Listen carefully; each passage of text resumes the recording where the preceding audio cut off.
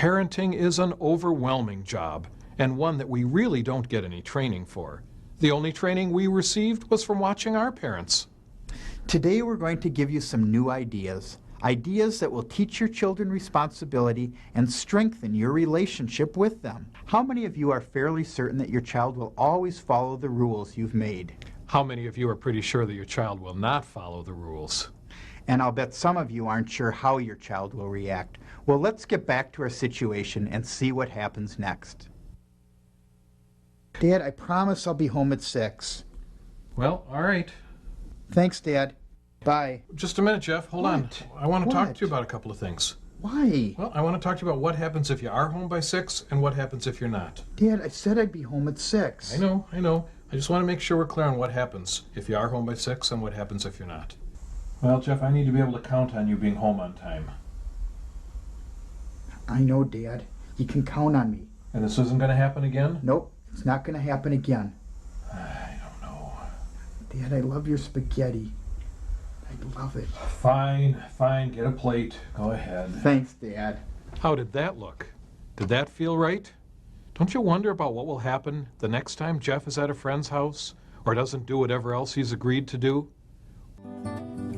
Often we give in because we're busy, tired, or feel we don't have the energy to listen to the complaints anymore. Sometimes it just seems easier to give in. We may change our minds to avoid confrontation or to restore peace and harmony to the family. Parents may be swayed by the seemingly rational arguments presented. We may also change our mind because we want our children to be happy.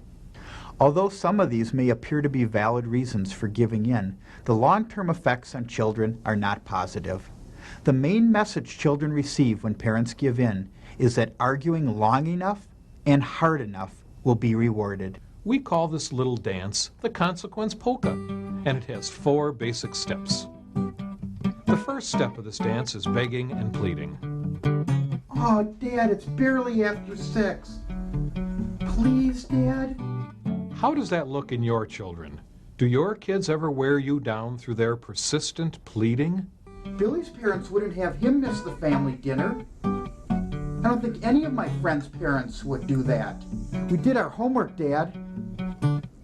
When we did our homework, aren't you the one that's always saying, get an education and how important an education is? Well, look what happens. We do our homework and I get in trouble. Maybe I shouldn't even do my homework. I hate you. I don't even care about your stupid spaghetti anyways. I don't care. A tantrum may look different in children of different ages. A very young child can kick and scream for an amazing amount of time. An older child or teenager might throw something, slam a door, tell you they hate you, swear at you, or even run away.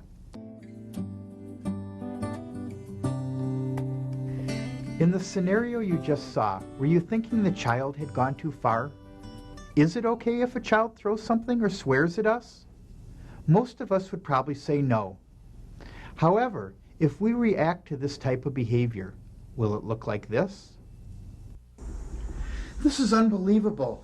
I mean, aren't you the one, Dad, that's always saying how important an education is and to do your homework? And look what happens. We do our homework and then I get in trouble. Is that what you want, Dad? No, Jeff. Well, that's what it feels like. I hate you. I don't care. I don't even want your stupid spaghetti anyway. Now, wait just a second, young man. We don't talk that way in this house. Children are more likely to learn from consequences that are related to their behaviors. And when consequences are delivered in a respectful and reasonable manner, they allow children to focus on the relationship between their behavior and the resulting consequence.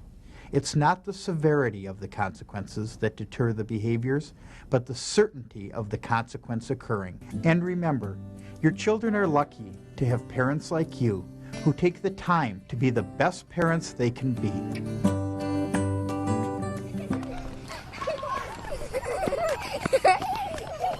Child Sense.